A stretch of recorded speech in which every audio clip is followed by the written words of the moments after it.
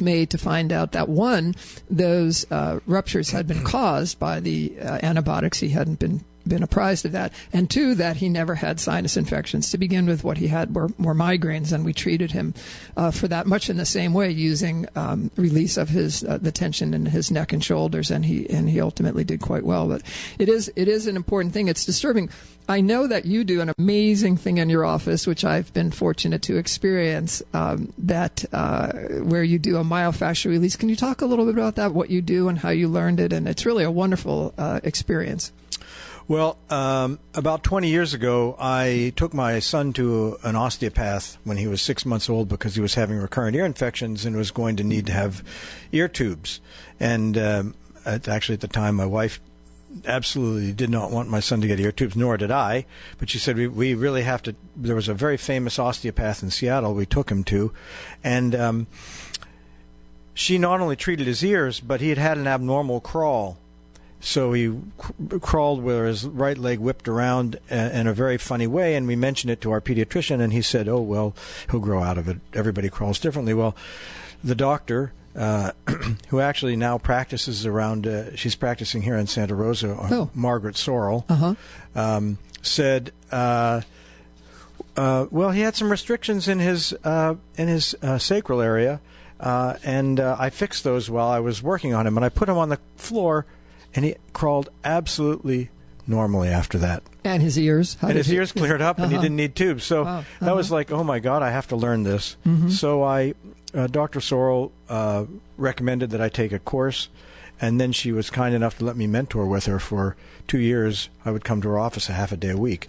And then she told me, put your hands on everybody that comes in your office if you really want to do hands-on work. And that's what I did. And then I've extended what I've learned. The work of Janet Travell sort of came before me, and I looked at the trigger point pictures, and it was of how these pain patterns that I was seeing in my people in my office with these pain patterns, and I saw how they related to trigger points. I said, wow, that's pretty amazing. And because I was already doing hands-on work, I was just working with releasing trigger points with my hands. And now I've treated probably 10,000 people. Wow. And, I have quite educated hands now.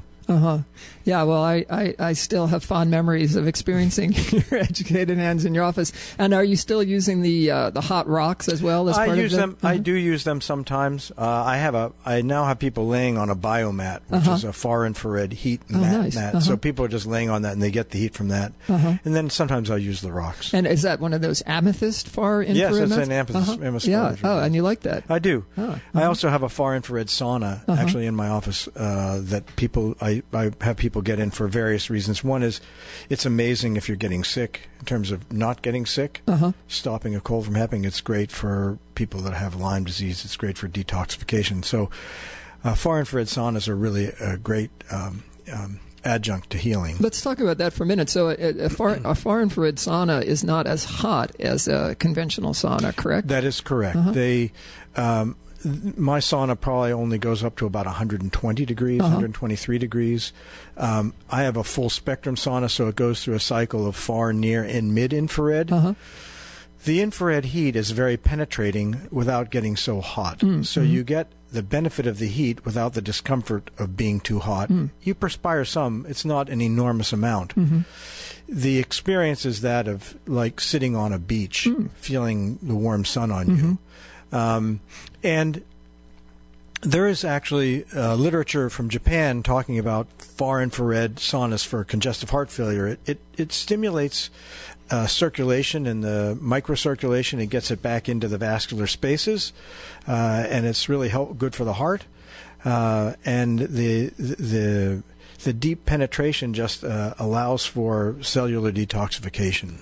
Nice. And so are people, do they need to take a shower afterwards? No, actually not. You can just wipe yourself off and get back to work. It doesn't really mess anything up. Your hair, you're not like you've run the marathon or anything like that. Nice. So people come in during the day. People come in during the day. Sauna and, I have a lot of performers in my practice, and they feel like they're coming down with a cold, or they're just really tired. Their voice is tired, and I'll have them come be in the sauna. And another piece on that, on the